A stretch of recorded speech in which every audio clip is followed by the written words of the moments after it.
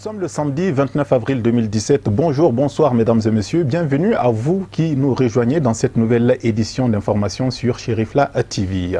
Le guide spirituel des Ansars, président du groupement des leaders spirituels et musulmans du Mali, Seyd Cherif Ousmane Madan Aïdara, est en déplacement à Sikasso, dans la 3e région du Mali. Visite qui a donc servi d'occasion pour le guide de procéder à l'inauguration officielle d'une nouvelle mosquée baptisée Noro Misiri dans la localité de Kapala à 23 km de la région. La construction de cette mosquée avec une capacité d'accueil de près de 1000 personnes, une impressionnante bâtisse qui a coûté la bagatelle de 400 millions de francs en CFA, entièrement financée par un fidèle musulman du nom de El Hadj Bourama Sanogo. Le guide des Ansars en compagnie de sa délégation a été bien accueilli par les habitants de Kapala jeudi dernier pour ensuite avoir le privilège de diriger la toute première prière du vendredi saint. L'honneur est finalement revenu à Cheikh Abou Jafar Diabaté de faire prier les fidèles musulmans sous l'ordre de Seyd Cherif Ousmane Madan Aïdara qui a formulé des bénédictions à l'adresse des corps armés de Sikasso. Comme vous pouvez le voir sur ces images, le guide en train de faire des bénédictions pour les corps armés de Sikasso. Je vous propose donc de l'écouter. Je suis très content aujourd'hui parce qu'on est là aujourd'hui pour inaugurer un mosquée que notre frère a construit ça à cause de Dieu. Si on a posé première pierre aujourd'hui pour un dispensaire, vraiment je suis très content.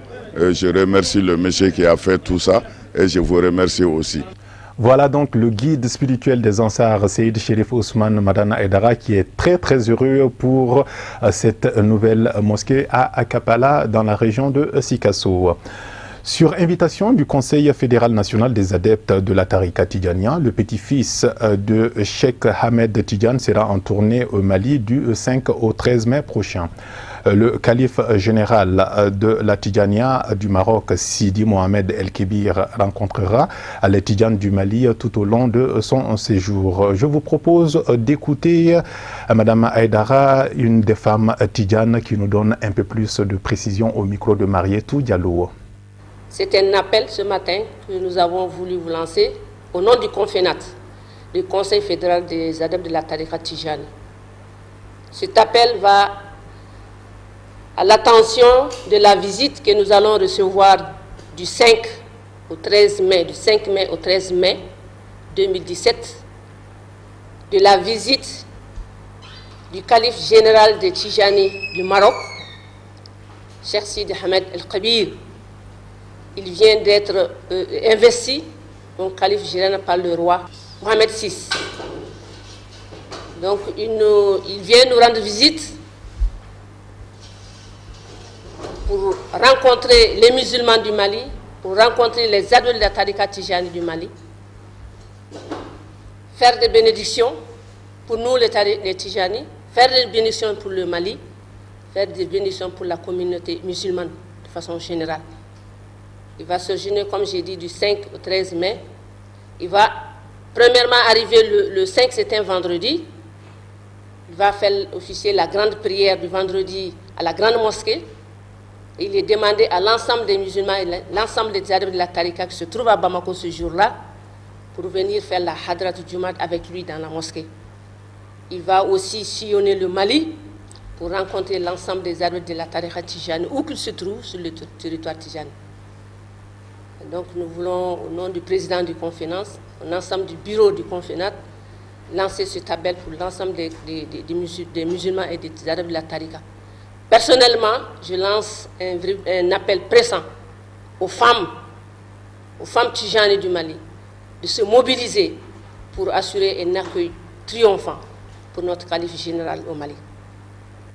Parlons à présent culture dans cette édition d'information. Le festival d'Aoulaba est ancré dans le paysage culturel malien depuis des années. Sa promotrice a tenu à faire une conférence de presse pour le lancement des activités de la 9e édition prévue ce mois de mai à Koulikoro.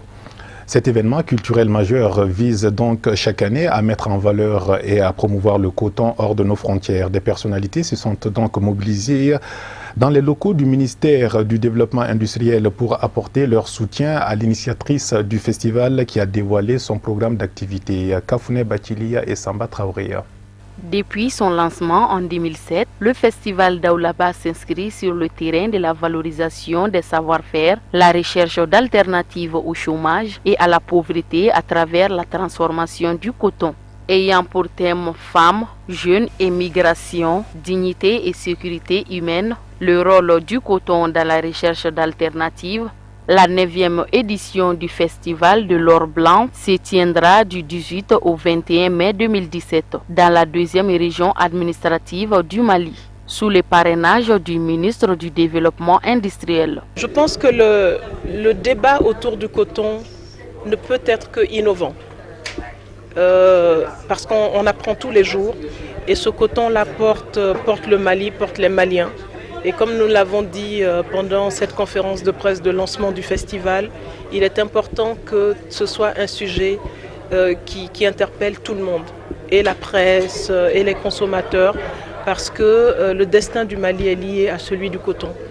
Et ce coton-là peut nous permettre d'avoir une valeur ajoutée, de tisser à nouveau des liens sociaux et économiques forts avec nous-mêmes et avec le reste du monde. Et donc, c'est pour cela que cette année, le thème du festival est femmes, jeunes et migration, parce que la crise migratoire aujourd'hui interpelle le monde entier. Et nos frères, nos sœurs meurent en mer, dans le désert. Et aujourd'hui, il est temps que la réflexion soit portée sur la recherche d'alternatives localement. En général, les participants de Koulikoro même sont des milliers. Les participants qui vont venir des différentes régions et au niveau international, il faut compter entre 200 et 300. Et nous prenons les dispositions pour les questions d'hébergement parce que souvent les festivaliers habitent sur le bateau, sur le site du festival même, et nous installons des tentes sur les différentes îles aux alentours et puis les hôtels. Nous avons des hôtels et nous continuons aussi dans l'esprit du Djatigia. Les habitants de Koulikoro accueillent aussi beaucoup de festivaliers. Au public cette année, nous avons Faux des Barreaux de la Guinée qui revient au festival. Nous avons Patéo pour la mode et nous avons, donc comme je le disais tout à l'heure, le salon de l'artisanat, de la recherche et de l'industrie textile. Nous avons les débats, nous avons le théâtre et nous avons des ateliers pour enfants et nous avons une foire agricole. Le ministre en charge du développement industriel, en assurant la promotrice du festival, affirme toute son entière disponibilité à soutenir ces activités. Vous l'aurez compris, on parle d'un sous-secteur de l'industrie. L'industrie en amont de l'agriculture, l'industrie pour la transformation et l'industrie pour ses valeurs de créatrice de revenus et d'emplois. Donc aujourd'hui, on parle spécifiquement de l'industrie textile, du coton.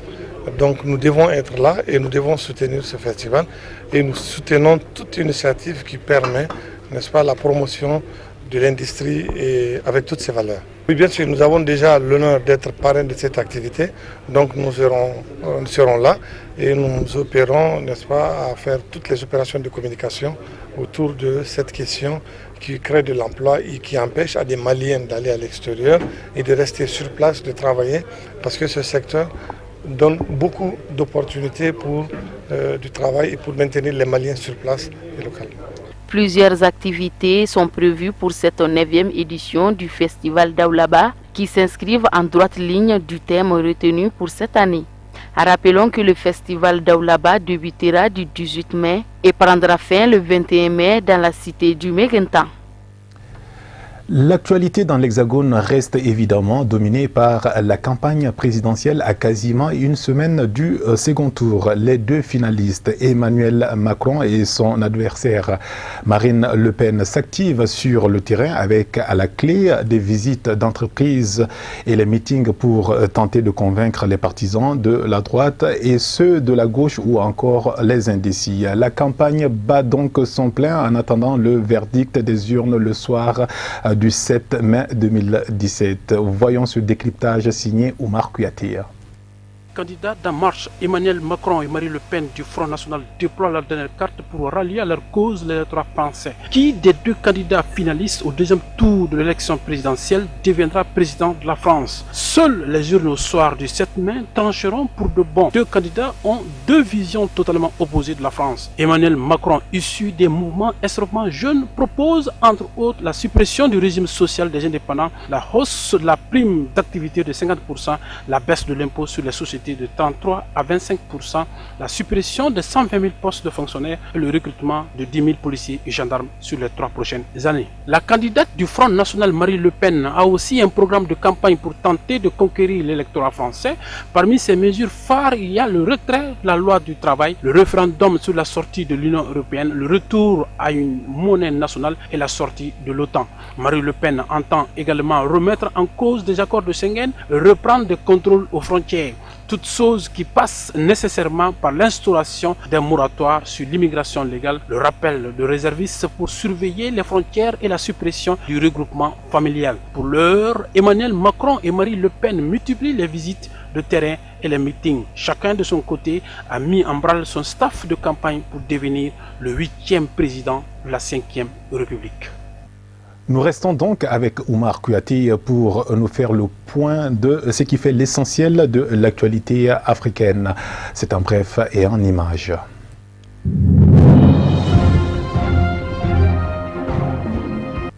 Iranom Gate fait couler beaucoup d'encre au Niger. Depuis la mi-février 2017, date des révélations du journal nigérien Le Courrier. À Niamey, une commission parlementaire a été formée pour enquêter sur l'affaire. Dans ce rapport, les députés expliquent que la Sopamine, la société publique qui gère les participations de l'État nigérien dans les sociétés minières, a bien servi d'intermédiaire à Areva pour vendre son uranium. Plus de 320 millions de dollars ont ainsi été versés par Areva sur un compte français ouvert au nom de la Sopamine. Selon le rapport, ils auraient servi à acheter des véhicules à la garde présidentielle, mais l'opposition dit avoir été écartée de la rédaction de ce rapport.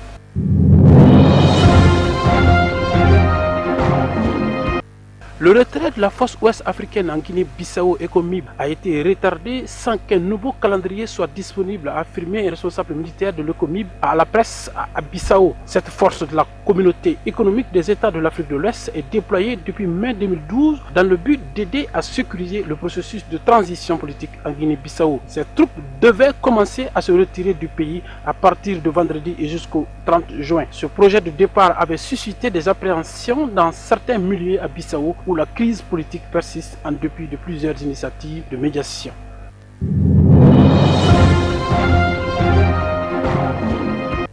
Trois délégués du FRC, le Front pour le respect de la Constitution, se sont joints vendredi aux signataires de l'arrangement particulier. La veille, le député Fidel Babala du MLC avait sollicité une rallonge de 24 heures pour s'imprégner du texte révisé de l'annexe à l'accord du 31 décembre conclu entre l'opposition et la majorité sous la médiation de la CENCO. Ils étaient 13 au total, les délégués du rassemblement aux négociations directes de la CENCO, mais seuls 2 d'entre eux se sont présentés jeudi 27 avril à la cérémonie de signature de l'arrangement particulier. Ce texte de l'arrangement particulier a connu des modifications importantes tant sur la forme que sur le fond, a expliqué Georges Kambiamba. De son côté, après 24 heures de réflexion qu'il a sollicité, le Front pour le respect de la Constitution a finalement signé.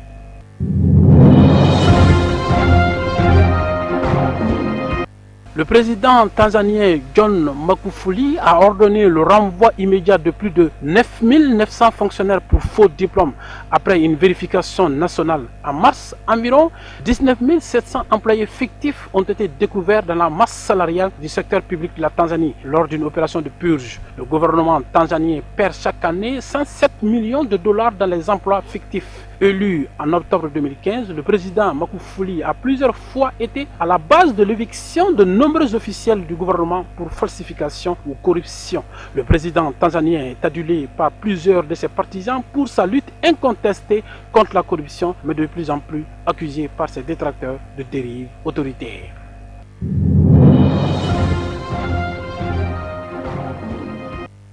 Juste un mot de sport avant de boucler cette édition d'information. Suite à la dissolution le 8 mars dernier de l'organe directeur de la Fédération malienne de football, le gouvernement du Mali vient de trouver un terrain d'entente.